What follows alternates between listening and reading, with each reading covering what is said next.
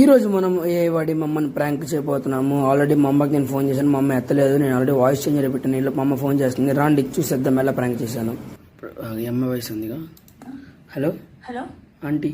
Aunty hello hello hello.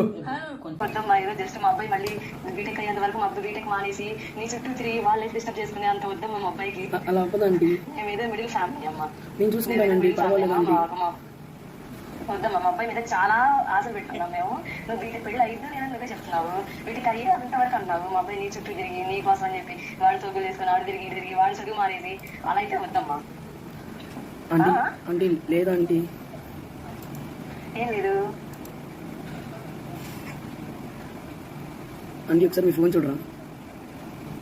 బాగుందా aunty?